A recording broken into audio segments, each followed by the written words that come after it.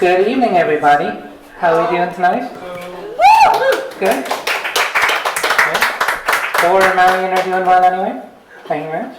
And maybe I wouldn't make it tonight. And then I thought, Glastonbury has absolutely fucking nothing on Tommy Collins in the White House. So I am very excited for this evening. I have known Tommy Collins for quite a number of years now, since we wrote some terrible plays in Mary I many years ago. And I am very, very excited for tonight. I'm going to read a little bit of Tommy's official bio, just because I don't want to miss out on anything. Thomas Collins is a writer, teacher, poetry editor, father, and semi-retired goalkeeper from Limerick City. Never going to actually fully retire. His debut collection in English, Inside Out, was published by Revival Press in 2020. Poems in Irish and English have appeared in, good God, please excuse my language, my pronunciation, Cor, Irish Lower Má Nuad, The Stony Thursday Book, Revival Poetry Journal, The Open Stone, Scusmuinta, Gun Small, and chapbooks from the Stanzas Creative Writing Collective, Aaron Leona. On the Breeze is his most recent collection from Revival Press. I am so very, very excited, Tommy. I have loved your work for a very, very long time, and I'm delighted to hear a nice long selection of it tonight. Can everyone give it up for Tommy Collins?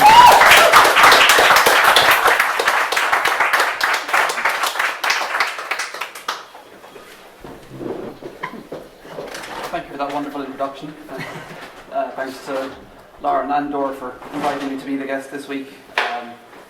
I think the first time I came into the White House to read a poem was probably in 2007, and always wanted to be a guest here sometime. Didn't think it would take this long, but the fact that it disappeared for several years didn't help. So I'm going to start with a couple of poems that were just published in the last month or two. This one is kind of a mishmash of two old pieces that I put together for this publication called Stripes. I think they're based in Nigeria, and their latest edition had poets from all over the world, so I was delighted to be part of it. The theme was letters, so this one was kind of from two letters that I never sent to an old friend, and it's called Still So Real. I used to ask you for your news, just so I could tell you what troubled me. A cowardly and selfish ploy, I know, and I wish that I could be more honest. Confess I went to you before all friends whom I could see. But since the split, it was strange to show that part of me still felt this unity. I turned to you with tales of woe, wishing, I suppose, to evoke memory of days before passions fell so low, when you and I were happier as we, before conflict and drama were in vogue, when sharing came more easily. But for some reason I was slow to move on and face reality. I lay alone in bed today, let the notes and words fill up the room, a pilgrimage through joy and pain, the highs and lows behind the tunes of the late Jeff Buckley masterpiece, Grace, evoking thoughts of you, one morning, naked, years ago, in a creaking bed not made for two.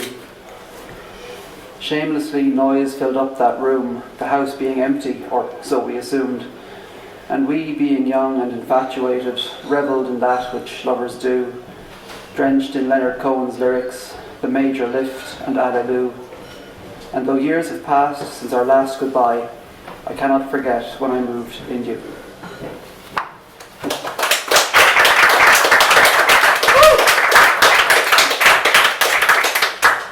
And then to jump to something completely different. This one is just after coming out in Drawn to the Light Press. I know a few other Revival Press poets are in it this month as well. So I was thrilled to be in it for the first time. This poem is called The Full Set. She's missing one piece from each toy she owns. The little pink hat from her second doll, the hang-up button from her wooden phone, the felt, Velcro, sprinkled cinnamon swirl, the carrot from her fruit and veg jigsaw, her stubby dark blue colouring pencil, the string from Christmas Teddy's front right paw, the lid of her green plastic stacking egg, most of the money from her shop till drawer, the green Play-Doh that ruined her trouser leg, the red crayon she tested on Grandad's seat, the Jenga set now without several pegs. But every waking moment is a treat when spent with this one who makes our lives complete.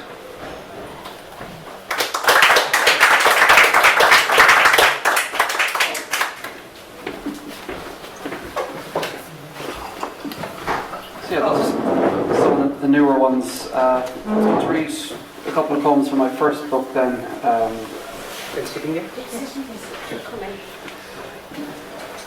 There's a friend of mine who decided he's going to get married in September, and we're going to his stag this weekend. So I have a poem here from another party that we were all at years and years ago. After your birthday. The much maligned and fabled morning after such a fine old evening and night of celebration hit us hard.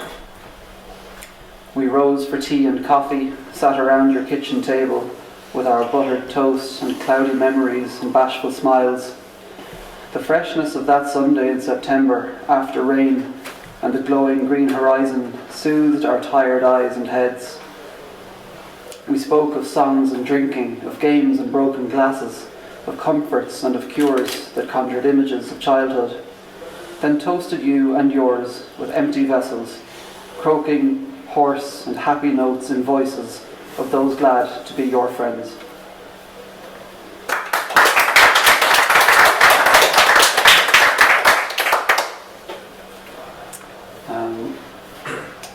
This next one I remember just, we found some old photographs, or I think one of my aunts or uncles did, and they went up on Facebook, and it was one that I hadn't seen before.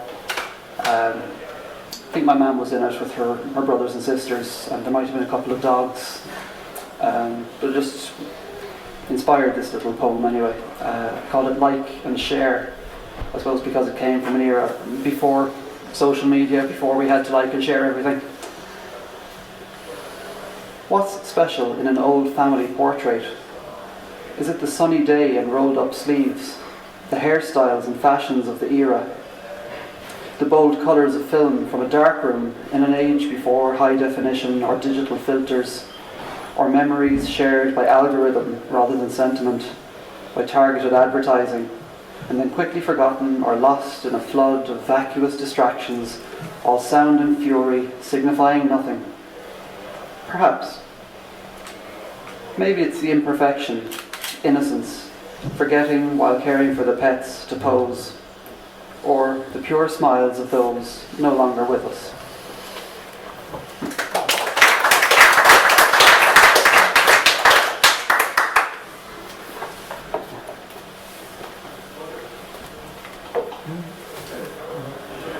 I might road test a new draft as well. I don't think I've shown anybody this one yet.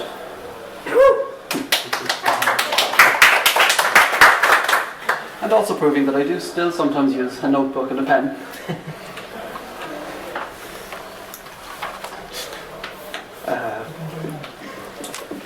So yeah, we got this fabulous garden at home.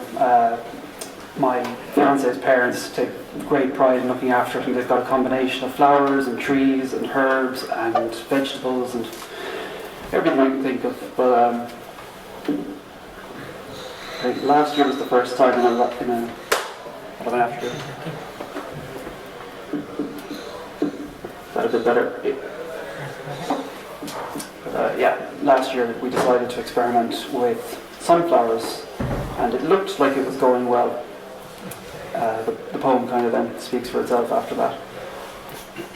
Sunflower child. 3 sunflowers sprouted from their pots in the heat of the new greenhouse outside, 7 others failing to emerge or survive, and they were replanted in good compost. Protected from the weather by bigger planters, supported by thin rods of bamboo, watered through heat waves in mid-June, shot up when rain returned to enchant us.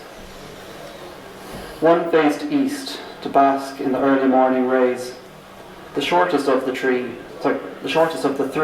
but first to flower, it announced itself in mid-July dawn hours, brought its burst of brightness to our days. One turned west to savour evening heat, the second tallest, slenderest of stem. Among the three, it was the last of them to hint that it might live its life complete. The giant in between, though, was first to fall. The cable tie supports were pulled too tight around a thing of girth and strength and might.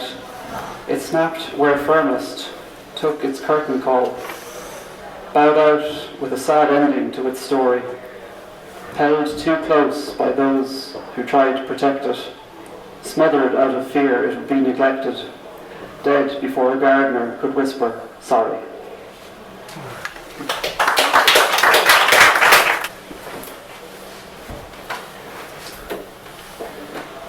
Right, now to show off the new book. This is a bilingual collection. It all kind of started off when I applied for a job in Mary I, and the lecturer who was going through the selection process, she found out that I was a poet, and even though I didn't get the job, she found a different opportunity for me, and then gave me a kick up the arse to start getting some of the Irish poems published. And then I started coming in here and reading them, and it ended up turning into this beautiful book.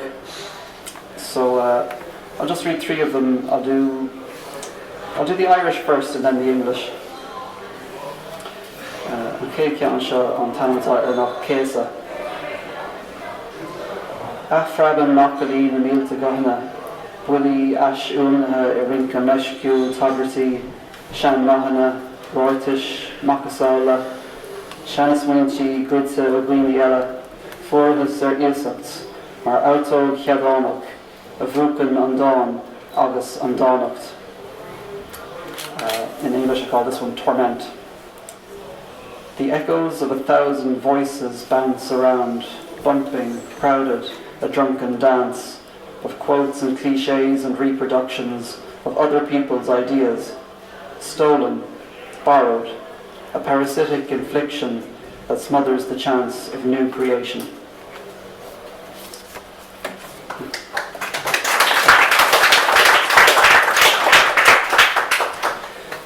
The lads at the stag this weekend would tell you that I quote The Simpsons far too often, so I kind of felt guilty for that, and that's where that poem came from. Okay, Cianella Tanamatar na Abracadabra, agus Begum Ciansha and Gorsa Filiacta in Mary I Emiliana Dana Nadalti Savine Deranok, Captain Zaname? No, Zabia. Sasin Shale Kublina Dawn, the Scree of Mihal Hartney, the Schnacht Galley Shaft the Shot. May Fame, the Schnacht Galley, Igmala Nad Precon, on Filla, Sutluk, Fuckluk, Sloan. Gaza, Khartoum, Kherson, Artsakh, Fulin Marihra, Isnabaha, Ernos Fruttal, Mishtul, Inuna Raposhta, Elaynta, Derek Nahimpra, Ro Eska, Erharu, of Yotasu, Quivhiuk, is Mishteruk, Don Cluas, Anyoruk, is the Intini, Nar Aulam Riv, Kadasta, Honik, Limluk, Cluntarav, Akrim, Cantarla, Berferishta, Awan na Boina, Canuck na Finager, Nashanskeld Imha Lisra, Satrinabri Lanrunuk, and Drukscale Durk, and Baydon, and Sconnell, na Hamlin to Parsonta, na Cownlin to Balvaha. Is Björg and Vince Ataru, is a Kahar Iagfur, is Ansa, is Shira Haru, on Arta Fos and Almaca, is Alson, and Croak Brega, o Quidakti Longshorta, Lehenish Katrina, o Vardine Dub Shteitul, and Kubish, Ivad o Lager, Unra, Kraka, Kimayihu, Dini is Kultur, ag Imacht, van Tosk, Natursk, Lepleisk, is Lesblanc. So in English it has the same title, Abracadabra. I think I have to say thanks to Gallery Press for giving me permission to use the lines in the book without an extra charge. I know some poets have been ripped off for trying to quote other famous writers recently, so it was lovely to get the lines from Hartnett without having to jump too many hoops. So from his poem Moon Snow 77. And myself in the moon snow, praising a rook's nest, the poet, arrogant, verbose, safe. Gaza, Khartoum, Kherson, Artsakh, words and worlds that sound like spells from children's storybooks in the dying days of the empire. So easily orientalized, mythologized, exotic and mysterious to ignorant ears and minds that have forgotten the origins of Limerick, Clontarf, Aughrim, Kinsale, Belfast, the River Boyne, Vinegar Hill, all ancient history to the constant cycle of miserable news and gossip and scandal, of curated timelines, muted headlines, safely removed from the prized and fierce city forever changing hands, from the meeting place of rivers where safflowers grow, from shipping companies on Catherine's Peninsula, from the mountainous black garden of the Caucasus, far from siege, invasion, pillage, genocide, people and cultures vanishing with a flash and a bang.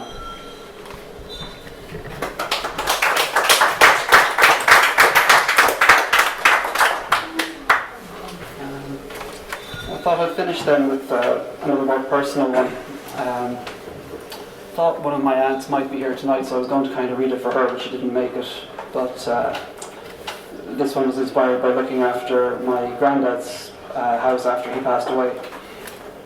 Shed Mayava. A guy brain and over, the Gyara Fair, the Wink Luston, the Stil a Kuranuk is Jalavorus in Nafaka.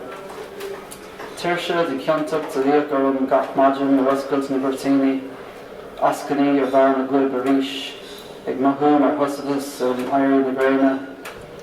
Virum, Antar Erect, Vorku Shukahagan, or the Squeal, Ser, the Skolgar, Son of Creole. On Scythe Shin Kiol, Askrian, Gatuban, Skudriak Tool, nor I'm Sheeter, Dinna Ella, did the Lehes Feinig. A Anam, Ma Anamshire, Printalta, Ilakan Darish, Las Merdan Shed. On concrete cruilture, De Neana, so the Ruguk Cays Garfoshta. August Deerhook, Mariani Shafene, a Uber Sheenaha, August Daughter. On Frustricus, Srienta, is in Spraga, Irena Rish. Is made a outlook, for if she falls Huasam, Oid Agan, Igmershokt. Vishe Vadne Zeskedon, Filla Erma Haskana, Gallagorok, a Kerslacht, Agardine, and Shanner Ian. So, last one for the night. Grandad's Shed. Not to be taken too seriously. Growing weary of the work, of cutting grass and pulling weeds, the careful manicuring of the edges of the lawns, tired of the morning guilt on opening the curtains, fit to curse it all again, like Sisyphus at each new dawn. When suddenly I had to let go of my pompous self-pity and let loose a belly laugh to echo around the cul-de-sac, the kind of music that erupts like a fireworks display when a sign of your own kin and kind comes magically back. His name, my name, traced into the doorstep, outside the brick shed, in concrete poured and hardened a decade before the birth of his first grandchild. His work signed and dated, just like I'd do, in his garden. Frustrations reigned in, and motivation reigning supreme, and half afraid that he's still up there, somewhere, keeping watch. I look forward to finishing the task, patient skill of it, refreshed and cheerful, caring for the old man's little patch. Thank you.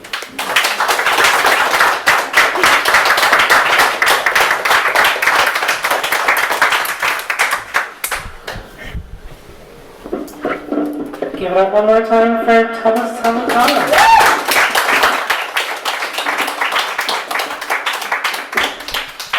We're having some slight tech difficulties, so we'll fix it over the break.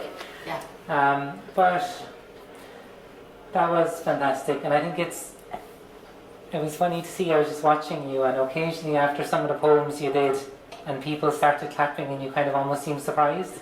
And I think sometimes people like you who do so much to help other writers and help support and platform other, especially Limerick writers, and I know a few other people in the room a little bit like that too, you forget how good you are sometimes.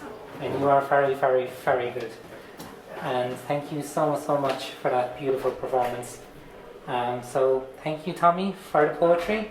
And thank you, Mary, for Tommy. And Tommy, both his new book and his old book are for sale over here. So if you have not got them, I own both of them, and they are amazing. So please go buy them. We're going to take a 5-6 minute break to let you buy some books. So let us keep coming back. Thank you very much, guys. I'll see you next week.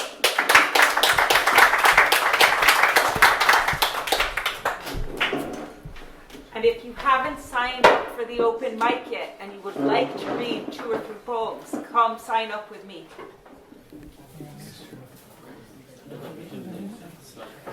Welcome back. Swiftly moving on to the open mic. Dominic, will you come and start us off? Thanks very much, Dora. I'm delighted to read a short little poem.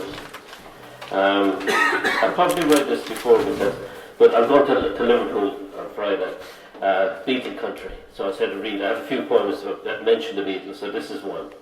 It's pretty old, but anyway, it's relevant. London Revisited, Abbey Road. We joined the line of devotees outside the EMI studios on Abbey Road. Studied the graffitied walls, half expecting John, Paul, George or Ringo to appear on the steps of the old Georgian building. We stroll over the zebra crossing, vie for opportunity to recreate the famous album cover. For a moment, I see the London of the 70s alive again. When I walk by here every day, not noticing the black and white stripes. Today, as I stand by the roadside and pose for one more picture, in a blink of an eye, I see myself passing by. Thank you very much. Thanks, Dominic. Next, I'd like to call Kieran to come up and while he makes his way up, if you have 2-3 poems tonight, we have time, let's luxuriate in it. And thanks for putting up with me today. I'm just a little bit jet lagged and just loopier than usual in general. This is a fairly straightforward poem. It's called Gold Rush. Gold Rush is a fictional character, but he's based. I think there will be a lot of people who would know someone like him. So here we go. Gold Rush. A bearded man in ragged wranglers sits beside the river, silent on a concrete step, sifting with his fingers. Walkers on the river path look down and smile. There's Gold Rush, they say, please. He's been gone a while. Gold Rush is of the summer city, like bonfires on May Eve, or periwinkles in brown paper for sale on O'Connell Street. Gold Rush knows that they think he's planning for a fool's gold. If they'd ask, he'd say like them, he's looking for the key. No one knows where Gold Rush sleeps, or where he goes in winter. Some say he struck a deal with a good priest, 15 yarns like this for shelter. Thanks very much.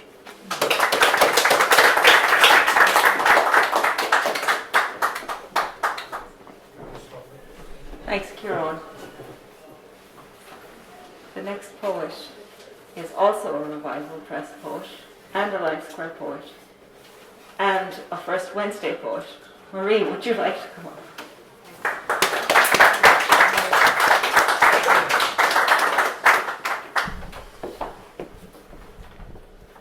Thank you very much, Dora.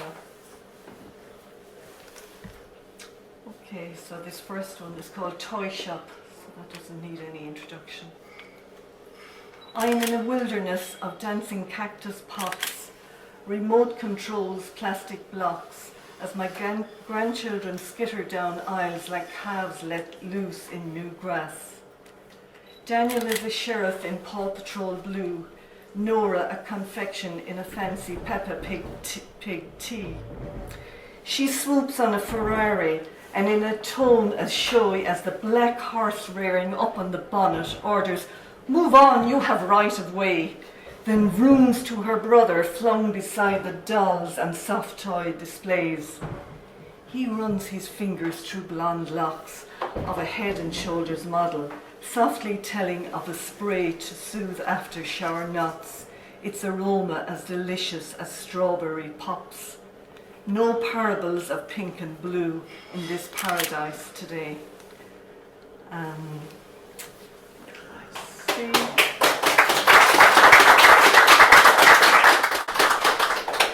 Okay, because we have time, so I'll go to another one. Time. Yeah, this one really hasn't got a title, it's just something I'm working on. So I wrote this poem about my dad, who had great faith in Padre Pio. And after he died, I would often put his rosary beads under my pillow. So the first line in the poem is I'm going to use that as the title. Because I want to know you are okay, I run my fingers over your rosary, remember your faith in the stigmata, inhaling the rose-red infused beads. I circle it under my pillow, willing a sign in the night, arrive to a grey-leaking dawn without a dream of you. Your belief I pop in a perspex box as a feather free falls on my lap. You as ever, with a rose petal touch. And one more.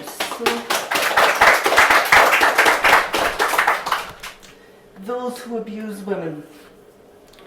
Those who abuse women are the artistes of proper attention, with swamps as their hearts. They are the long shadows goosebumping our necks and cajolers of behind the back fists. Those who abuse women pull triggers, set fires, pull kitchen knives, sending our midwives' bodies to slabs. And should we survive, sentences of disordered lives. Those who abuse women see us begging groceries in Tesco, gumming an envelope in the post office, laughing with friends, or perhaps chasing after a toddler. Those who abuse women are the camouflage pillars of family and community, alligators in plain sight, the minority of men. Thank you.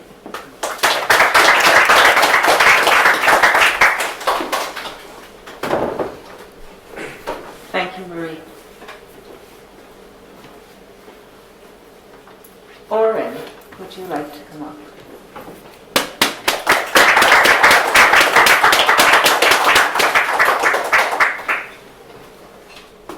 So, good evening, everyone. How are you?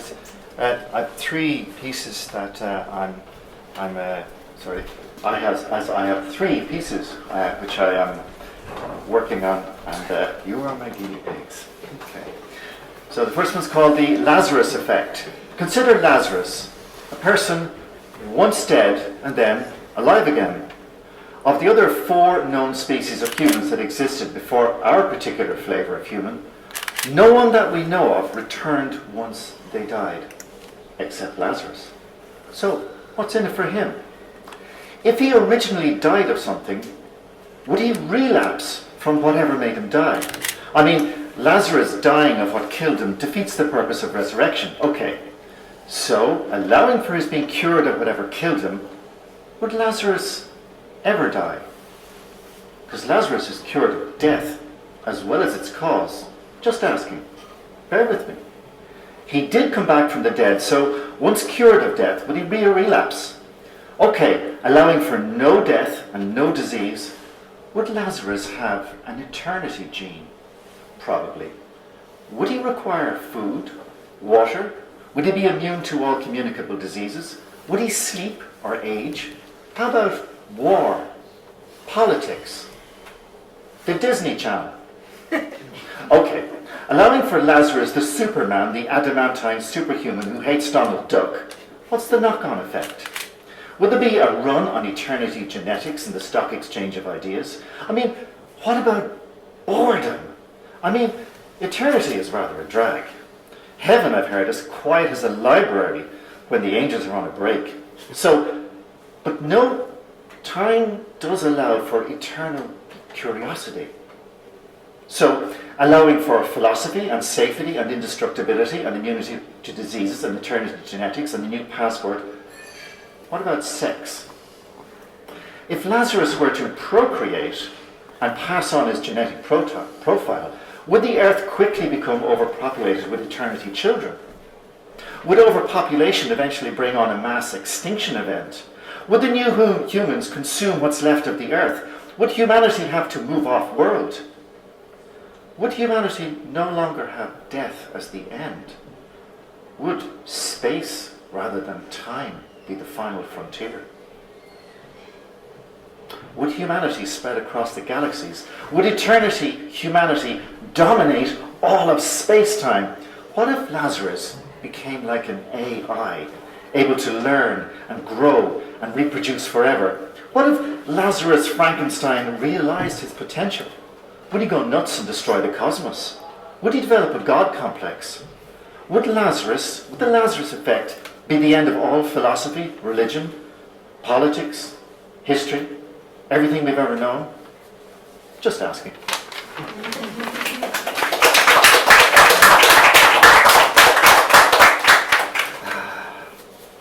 And now for something completely different.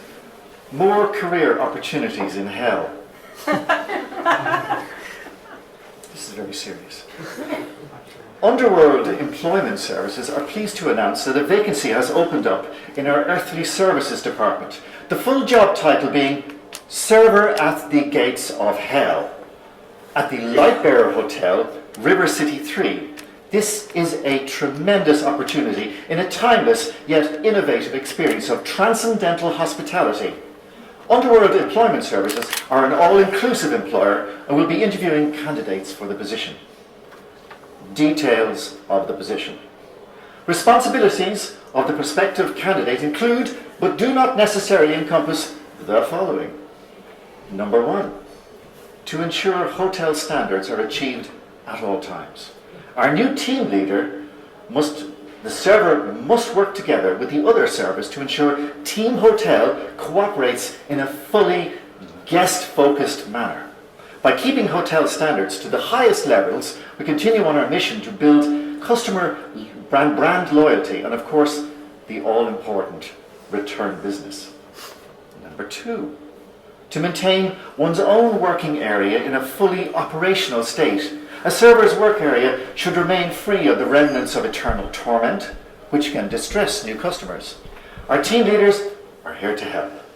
Thus, a server must be fully aware of the Hotel Lightbearer's FACTS, facilities, activities, communities, and tours, as well as a comprehensive knowledge of special activities within the Lightbearer Hotel, such as hauntings, hangings, torturing, and Faustian-packed lawyering. 3, to ensure all new guests are properly insured and have their earthly affairs in order. Team Leader 1 maintains a close working relationship with his earthly subjects in multinational conglomerates, financial services, real estate magnates, and their associated legal industries. 4, to ensure and deal with customer complaints in a professional and courteous manner in accordance with company procedures. Remember, heavenly visitors should always be made welcome as long as they sign the Eternal Pact Residence Conformance Agreement. See our company service manuals for further information on the ERPCA. Finally, to accept flexible work schedule necessary for uninterrupted service to hotel guests. Hell hath no fury than for a tardy server. Interested candidates should email their CV to underworldemployment@eternalfire.ie. Candidates should title their email Server at the Gates of Hell position. Finally, we welcome you to the team we hope your stay will be forever.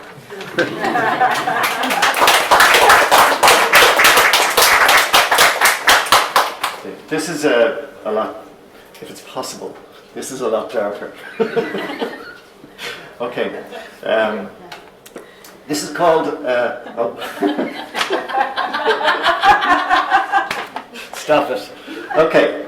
A Wonderful World of Music and Love by the AI of Our Dreams. This is a found poem, okay? I have an interest in intercontinental ballistic missiles, and this is... So part of this is taken from the actual launch checklist of an ICBM missile. I swear to God. Okay, here we go. It's very strange.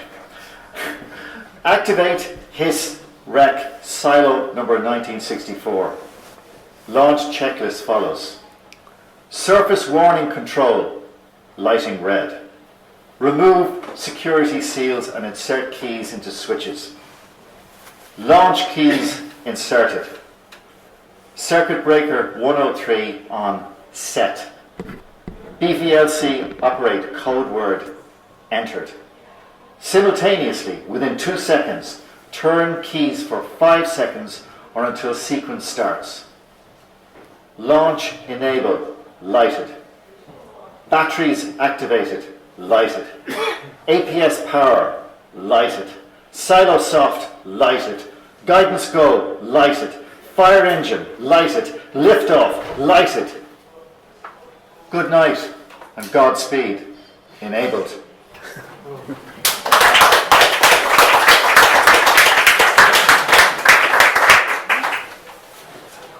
Thanks for that, Warren. Should have brought some pomegranates tonight. Moving on. Frida, would you like to give us a few poems?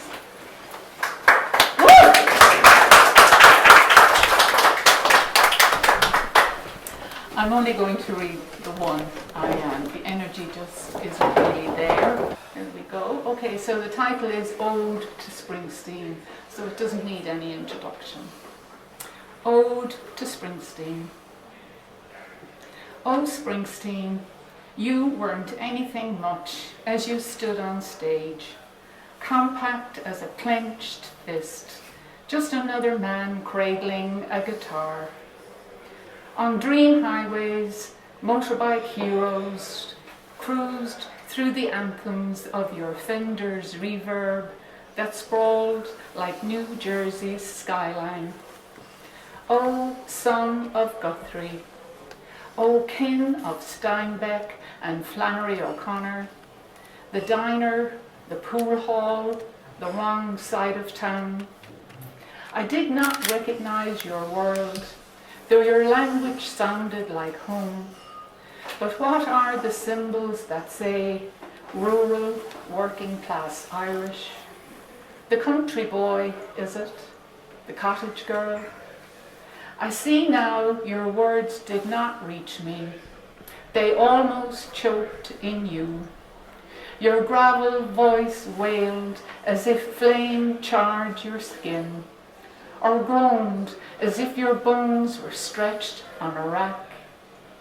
And when you broke into whisper, you were a child mouthing bedtime prayer, the ache, as if pleading with a fearsome God to unravel the coarse weave of his creation.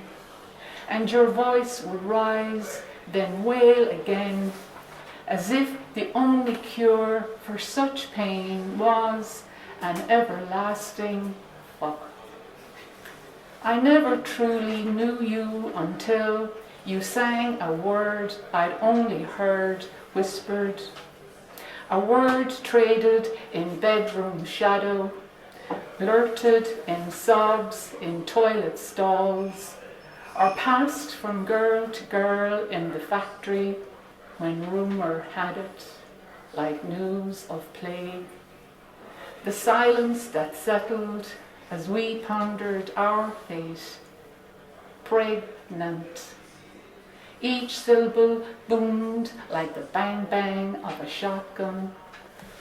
Oh, the song's mournful tone, the lone harmonicas draw and work, its rawness scrawling images of the boy, the girl, the back seat of her brother's car, and beneath it all, the truth that our lives were twisted in shame, and brown envelope politicians telling us to tighten our belts. Your sacred telling of our story shocked me because I thought we'd nothing to say. Your love, when it struck, was flame to an arid forest. Microphone pressed to your mouth, you leaned close, forced out sound as if the wrongs assaulted your body before they shaped into words. O son born of the toil worn, O father born of the river's rush, Bruce, thank you. You gave us ground on which to stand.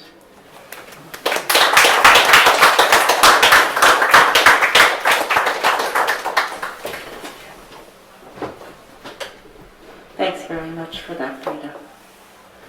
I have to say some of my favourite poets are in this room tonight, and it's such joy to be here again, and I missed it last month.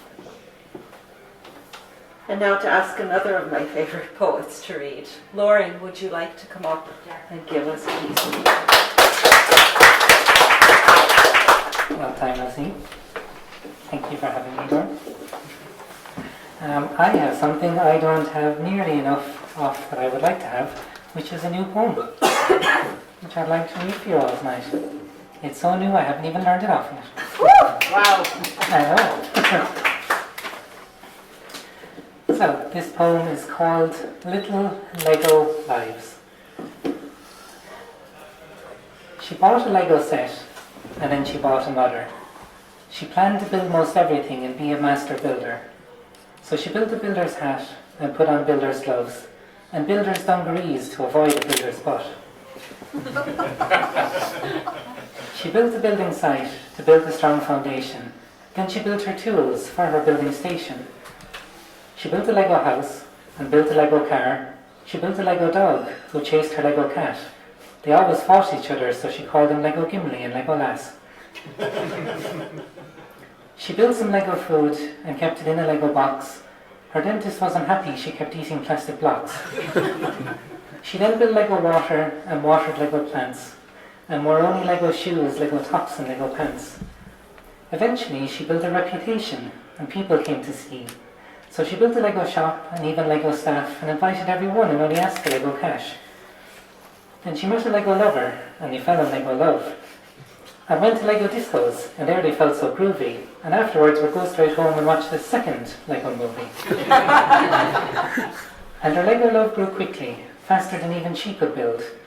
But they would build together and their relationship was sealed when she built a Lego diamond ring and a Lego Eiffel Tower. And she built a sunset in the sky to be seen at any hour.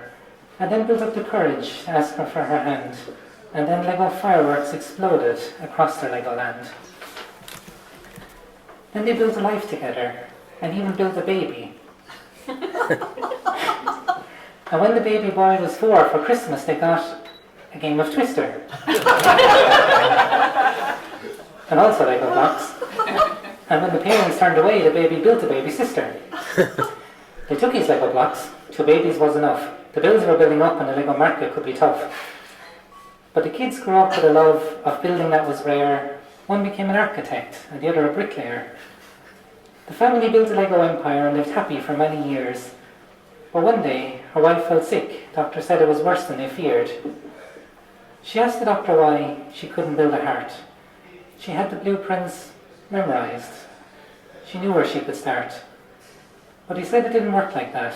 You can't build everything. So she built another doctor and built a working heart.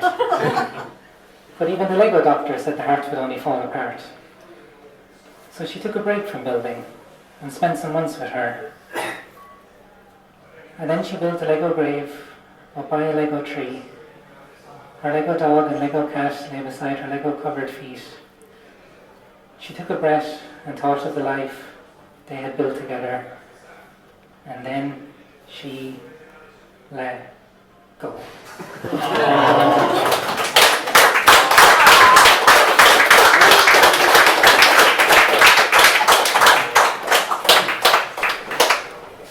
Thanks for that, Lauren.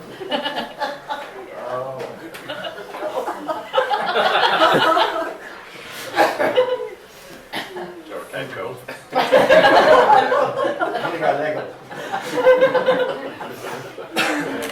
Next, I'd like to ask for a change of pace.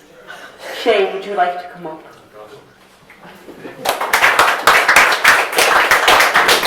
Hello everybody, you can hear me? Yeah. Right, perfect. And I have two poems. The first poem is quite short and the second poem is a draft. And there's something that connects the two of them. In the first poem it's very, very short. There's only 10 lines and there's only 1 foot per line. So stress and weak. And but when I read the first poem, hopefully it's a poem and you'll get it, I hope. And that will work. And if you get it, it counts as a poem. And the connection between the two poems is, I was very sort of, a couple of years ago during the lockdown, I did an online poetry course. And I was looking, I got some feedback, I got to put some poems in, and I got some feedback. And in this poem I was asked just to take out 1 or 2 words. And that was it.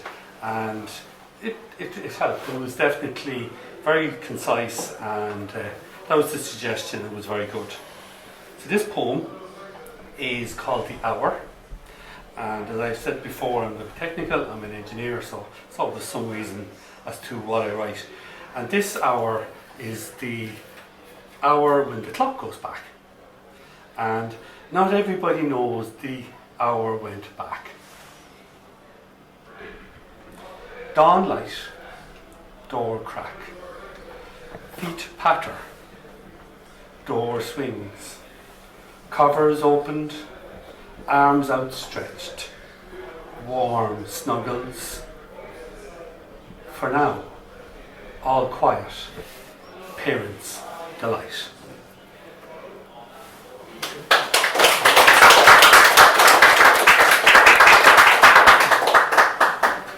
And second poem is, it's a bit more rambling, and I like it, I've been hanging on to it, but it is a draft, it sort of rambles on a bit, and the suggestion I was offering this poem was, it needs more dog.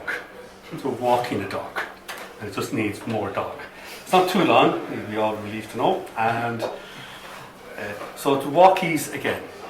And after the pandemic, when you got to go out walking your dog, that was a bit of a novelty. So it's walkies time again, and have to go. And sniffing eyes to see who's been and gone. And number 1 on 2 the box in grey, and 2 the yellow sticker, another 1. It's sunny at the turn and we have to go. Sit down to look, to see this gorgeous sight.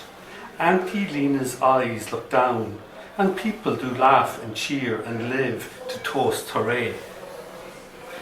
It's a strain to squat and eyes near pop to do a number 2.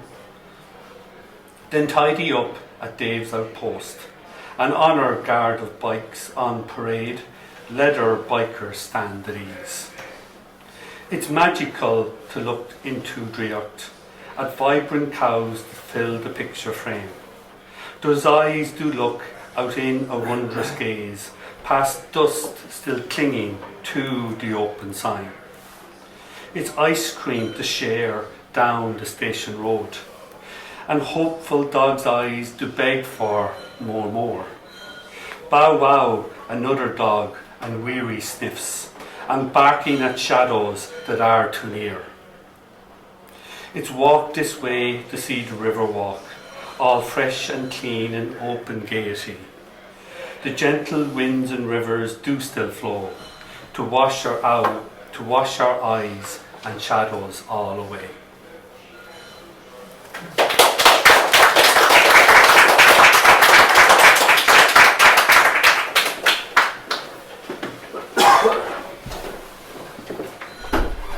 Thank you, Shay. And now, if I could ask John Pinchnet to give us a few poems.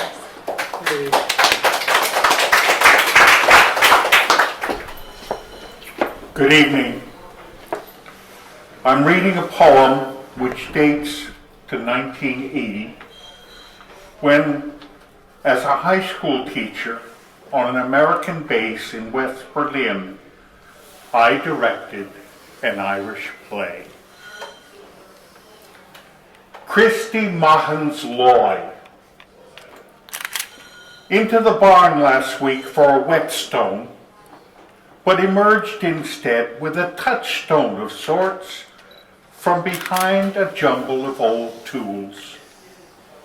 There was the long-handled loy made from a spade, rust and dirt nearly concealing the original green paint on the narrowed blade, but still a fine tool to woo young limber girls and fine prancing women, or for killing your dog. Holding it in my matching rough garden hands, it cut through 30 years and a high wall to West Berlin, where I directed the Playboy of the Western world. The players, a worried group of young Americans, scared Playboy's strangeness wouldn't connect. But I insisted we tackle it uncut, like the Shakespeare we studied. A glossary was added to the program for words like bourheen, the spit of, gob, tinker, the divil o' one, wake, poachine, and yes, loy, a farm tool for digging peat from a bog, dried for fuel, called turf. After long weeks of rehearsals and a near mutiny, nervous opening night, and the lights dim, to Irish music, and then lights up, and slowly the lyrical, comic, coarse language wove its spell on actors as much as audience, wrapped from the richness of image and emotion that captured Synge's joyous, dark, raw old Ireland. Again next night, the last, and after, we struck the set. Bar counter, sugons, settle, dresser, turf fire, gone to the traditional oblivion of the stage. Later, at the cast party, Robin MacDonald, who should have played Piggy Mike, presented a gift from them all, reading the quote, accent perfect, attached to a large bottle of Irish whiskey. It'd be a poor thing to have you eating your spuds dry. Hefting the loy in the mouth of the barn, in rainy sunlight, on our few wide and windy acres of rich Munster land, I wonder where they are, the students, now nearing 50. Do fiddles or tin whistles, half-remembered lines, ever take them back, like me, as I hold proudly, happily, the loy that never worked a ball, but heard poetry. Thank you.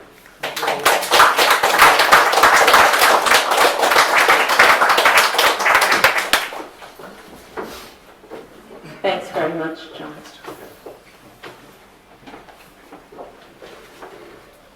I hope it's okay for me to tell this story. One of the joys of hosting events is that once in a while you get a surprising email. And recently, I got an email inquiring about a poem by this poet saying, this poem was on an exam. We know the poet is from Limerick. It's in a book. The poem mentions Limerick. Your series is in Limerick. We've been trying to find the name of this poet in this book for several months. And I said, of course I know this poet. I'm very glad you emailed me.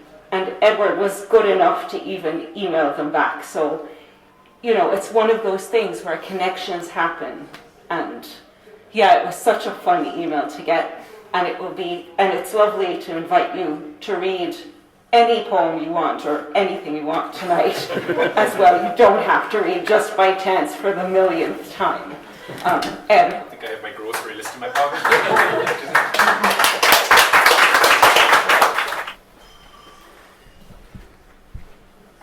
That was a fun story, actually.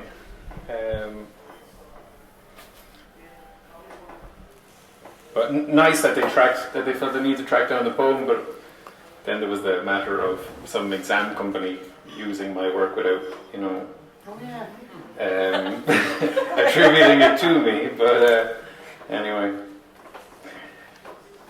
So I've been working on another book, and it's coming out sometime in autumn. It's not poetry, it's not short stories. It's a collection of letters, I suppose. They're rejection letters, so we're all poets, we have some of these. If you're like me, you've got a lot of them. And they're fictitious poetry editors sending rejection letters from fictitious poetry journals to fictitious poets. I'm going to stop using the word fictitious any moment now. And so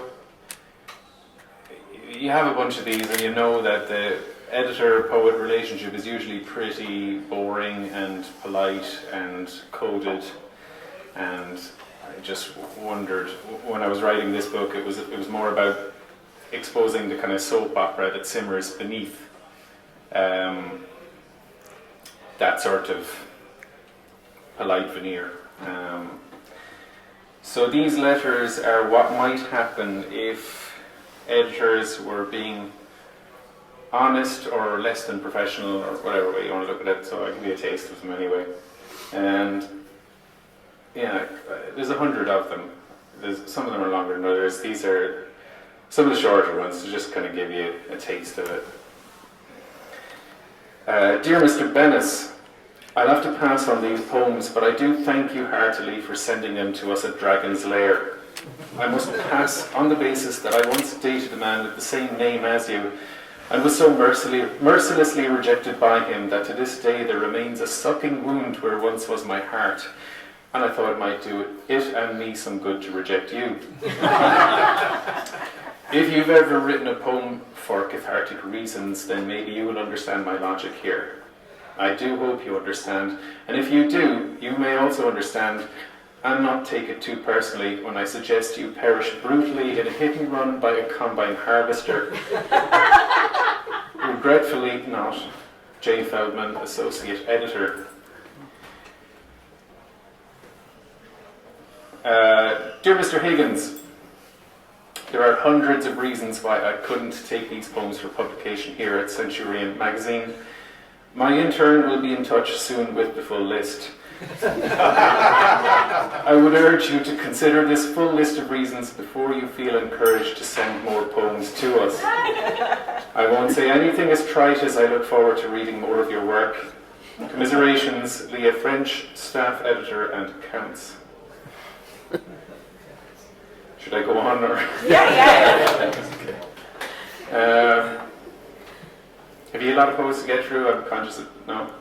You sure? Okay. Dear Miss Walters, I wept openly and copiously while reading your work, and I don't mind admitting it. It didn't move me, though. It was nothing like that. I think it was the state of poetry I wept for when I was reading your efforts. I think it was the loss of my youth, to reading such submissions that I wept for. I can hardly count the years I've been doing this. I wish those sending poems would think about that sometimes, but I expect they never will. I do have one suggestion. You might consider writing your poems on napkins in the future, so that editors such as myself might use them to catch the tears that may, from time to time, run down our cheeks. Tearfully, Benjamin Groot, Chief Editor. Okay, yeah. To get through this one without laughing. Dear Mr. Bond.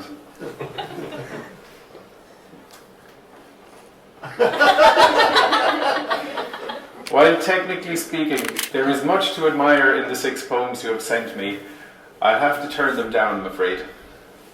If you'd sent me 2 or 3 about sex, then this might have contained better news. But 6 poems about sex? You've made your point. You're having it. Good for you. I, on the other hand, haven't gotten laid in 23 years. I'm sad to say that I'm a poetry editor isn't the panty-twitching line that it once was. I'm going to reject you now simply because a little rejection might do you some good. I understand hearing no is beneficial to us all in moderation. I'd wish you well now in your future endeavours, but it hardly seems necessary. Yours enviously, Adrian Costello, Editor and Social Media Manager. I've one more if you want.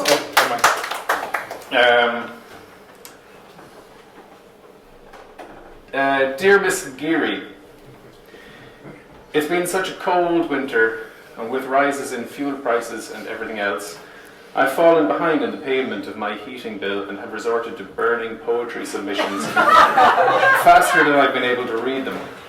Thank goodness we are so established here at Sudden Thought Syndrome, and therefore receive a high volume of submissions from a global scribbling population. I didn't get to read yours, so I can't possibly include them in an edition now, but please send more soon, very soon, while also understanding that I'm behind too on my electricity bill, and there's only so much natural light in these dark and oppressive days. Warmest wishes, Bernard Linan, Editor-in-Chief. Thank you.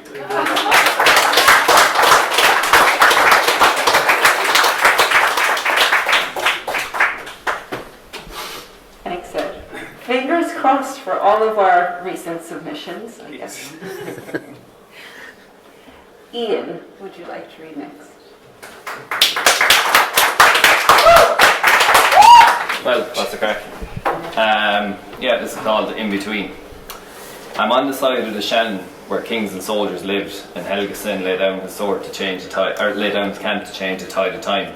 To go white home and where nails slice 4 wounds on the bridge, or to cross with the dodgy young fellow with the split lip and rackety yoke, guy balls red from the giant smoke. His oar stabs the water, and we cross from one world to the next. The final journey down to the shades begins. Look and you will find the land of unsaid goodbyes and the rekindled flames of life. I see the shimmering flames of bonfire night, and I am cast back to an 8-year-old child, carrying door frames and links cans for explosions. Set beside Slater's garage by the steps to the river, my cornea aflame as fiends jump over the fire and land on their feet, tacky scorched by sparks and tinder, until I hear the screams of a cat being dragged and flung atop. The wail of pain and dread like a child crying. This is pain, the kind I never want to see again. But here I am years later, writing the same. Ding on a boat, dented like memory. How I missed the stolen car being burnt out because I couldn't wake up. Full of scar the next day, like the time I heard the shots that took the fiend's breath. Motorbike screaming and not realising what had happened would come again and again and again. Like the screams of kids being beaten by shades for underage drinking in the old veg shop. You're fucked if you'll find help here. Only the cries of the deserted can be heard. In between in life, between my community and the one I now inhabit, I feel the scourge here. I know it. I am it.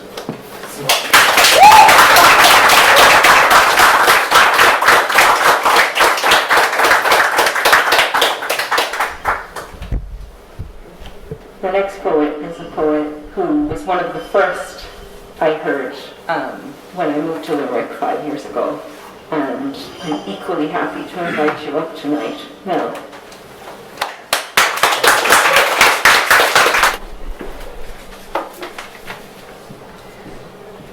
Gonna work if I go to there. Yeah, that works. Can you hear me? Yeah. So I have two poems to share tonight. So this first one, as a lot of you probably know, I live in Clough-Jordan Eco Village, and one of the things that we do there is we make decisions by consensus and take everybody, try and listen to everybody and bring everybody in, which is something that I really believe in, but it's also really, really, really difficult to do. And so the poem I'm going to read here was something that kind of came to me when I was hearing a lot of people who were believing in a lot of conspiracy theories, that there was people, a big elite of people kind of working together trying to control us. And when I was seeing how hard it was to get anybody to agree on anything, I just thought that was just so implausible. So I had this kind of vision of all these world leaders in a room together trying to agree and then do this on a massive scale and then trying to cover it up. I just thought this was not going to happen. So I kind of imagined this scenario, and I just let myself kind of run away with it and have a little bit of fun of kind of inventing traffic lights. Like, how did they ever come to consensus that traffic lights are red and green and all this kind of thing? So I wrote a draft, and then after I'd written the first draft, I actually Googled what really happened, which is actually equally fascinating, or really fascinating, and so it almost became a whole other poem. But then I went back to the original, so this is my imagined history of traffic lights. It's called How Did We Agree That Red Lights Mean Stop? On the day she presented her proposal for red lights to signal motorists to stop, the nervous designer pitched to a boardroom of bored executives in grey suits, with colourful diagrams to brighten their day. Red, amber, green on a flip chart, PowerPoint slides of poisonous red berries, green leaves that are safe to eat. Objections piled in. Exceptions. Strawberries are delicious. A red rag to a bull means charge. Red light district signals something else entirely. Execs exchange knowing winks through wire-rimmed glasses. Their first hint of interest in the whole damn presentation. The next slide cited scientific graphs. Red with the highest wavelength on the spectrum is easiest to spot from afar, ergo safest. A dismissive hand waved across her chart, all based on false assumptions that traffic should be stopped. The boardroom resounded with nods. An oil company representative suggested large trucks be exempt on the grounds they take longer to brake than lesser vehicles. Measures that force slowdown would increase journey time, decrease productivity. Backhanders could be negotiated, of course. The designer changed tack. She presented infographics about avoiding collisions, acknowledging shared problems, working together towards solutions. An economist with a silver watch on his left wrist coughed loudly, brushed some papers aside, cited the tragedy of the commons. An American diplomat who'd fought with his wife last night slammed the desk, muttered something snide about communists, declared that if China decided red lights meant stop, then hell, in America, red would be a sign to drive faster. A government minister from England with jowls and double chin leaned back in his chair, arms folded across the chest like an obstinate child, stated the UK would opt out if Europe was involved. The designer limped on to the climax of her argument. International consensus would set a precedent, her voice trailed off, to mitigate shared threats, even climate change. The American sniggered. The Russian ambassador laughed out loud and dryly suggested piloting the scheme in some foreign city with disposable inhabitants. The American brought up human rights, by which he meant individual freedom of choice. Obeying traffic lights should be optional, or he'd veto any deal. The guy at the back with creased shirt and beer belly, who'd stayed awake late watching YouTube, slept through his alarm and left the house in a hurry without bothering to shave, whispered to his neighbour. Traffic lights were a conspiracy to stop people crossing the road, would lead to total loss of freedom enforced by a secret elite who were all in this room, pretending they couldn't agree on anything, only prove they were working together. A wider plot to cover up their secret agenda.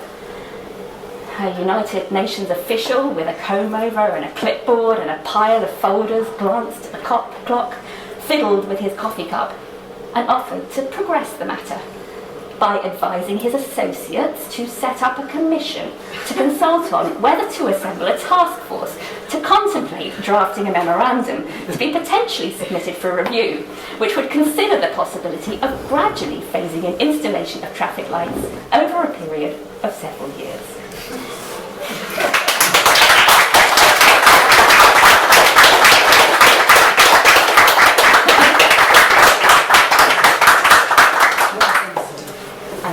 And I've one more if we start with time. Yeah? So, I must have known we had more time tonight because I was kind of undecided on two and I printed out two. So this one is called Decolonising the Ark.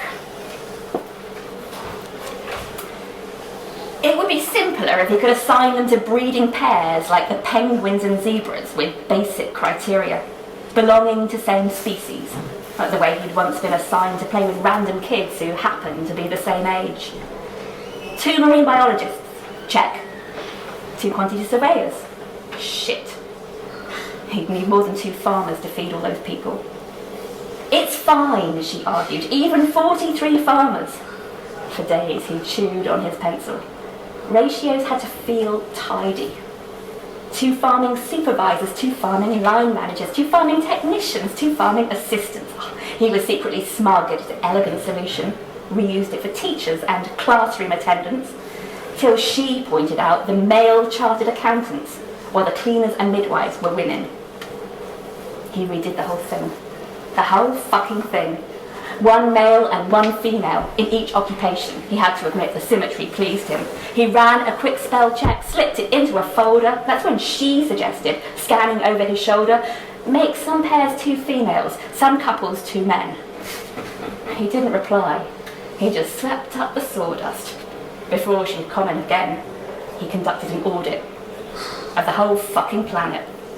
Balanced percentages of every identity against the relative merit of artists and bankers, while scientists reported sea levels were rising and was just sitting back for a well-deserved pint when she played him again. He was so stuck on pairs, there were more than 2 genders. He almost considered withdrawing his boat and letting them swim.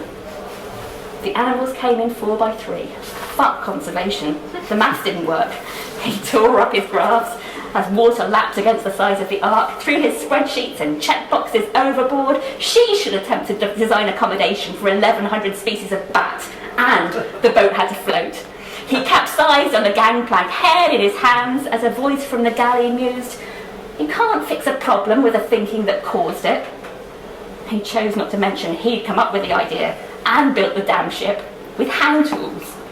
As crowds surged towards them, pursued by the flood, she nailed up a sign reading "Least privileged first," then threw open doors to let everyone board, saying, "Why should old white men make all the decisions?"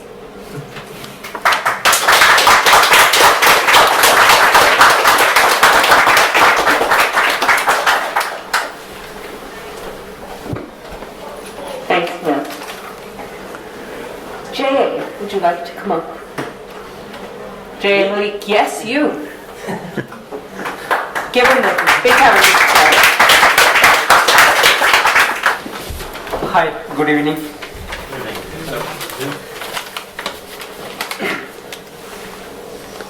My poem name is Holy Man. Now over midnight, I am standing beside the city light post. I saw a little farther from me, outside of a city building, on the stone balcony, someone is going to sleep with 2 cardboard his hand in this cold winter. I saw more, a little farther away, another person put his hand in the dustbin and bringing out from there abundant beer and wine bottle.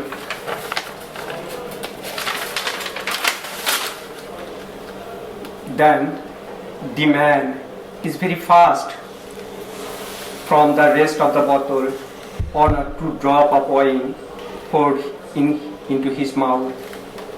After a moment, he is searching a little pitch for all the happiness. I believe that person is a holy man, the great holy man. Thank you.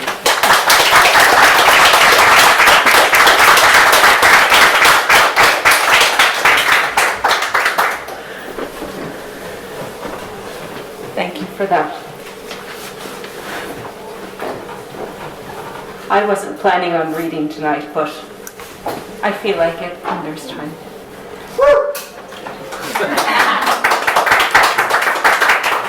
This is very much still a draft, entitled Sinai.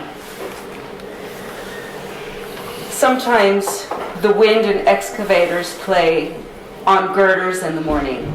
It sounds like Strauss.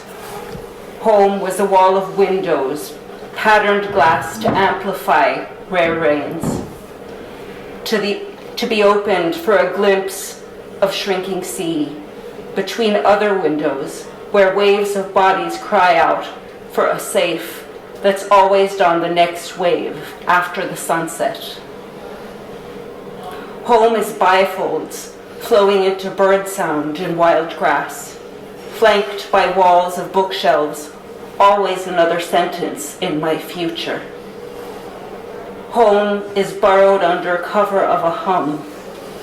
When I emerge, halogen bulbs turn arm hair into rays, grace in plain sight. Our pillows, holy mountains, your voice softer than sand. We whisper our future in these acts. In this memory, our tabernacle will carry with us.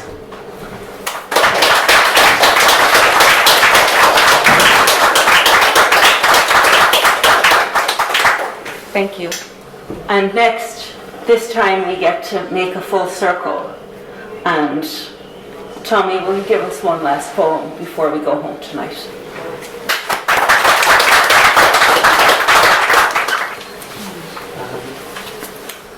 So yeah, Lauren did a great introduction earlier and mentioned that I still kind of advertise myself as a semi-retired goalkeeper. I think it's been a year and a half since I've played a match. But like this summer we have like the All-Ireland series, the Olympics, the European Championships in the soccer, so much sport going on. So this feels like the right poem to read, just with, I suppose even with Ronaldo himself crying on television the other night. So yeah, 21st century David. Gorse wheezes puffs of smoulder-born smoke, hot tar shimmers, and bare chests glisten, while cheeks dare to peek out from barely decent, scarcely more than underwear-sized shorts. Exposed shoulders and necklines slowly blister. The baking footpaths, parks and gardens of a city and its suburbs have become a melting pot of pride and arrogance, or maybe just fatigued acceptance, with shameless displays of angles, curves and tan lines. The cyclist pedals the hill at Thomond Park, chasing the dream, the Adonis ideal, thinks of leading the peloton at L'Alpe d'Huez, thinks of that regal Portuguese billboard idol, the smirking prima donna genius, perfectly haunting and ubiquitous in transfer window gossip and World Cup reviews, smiling and flexing from pages and screens, chiseling at oxygen-starved muscles, burning one more priceless calorie on the bony shoulder of the Cratloe Road. Thank you.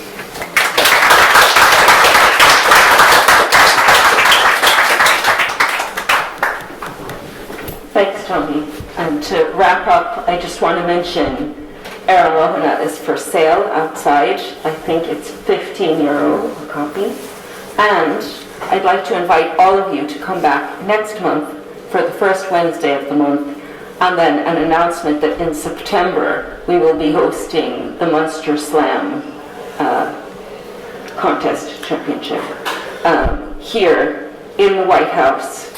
So put that in your calendars now so you don't miss it. And that's it. Shares. Let us back upstairs. Here, but upstairs, yes. Thank you, Laura. And yeah, and see you next month. Go grab a drink, have a chat. Thanks for coming.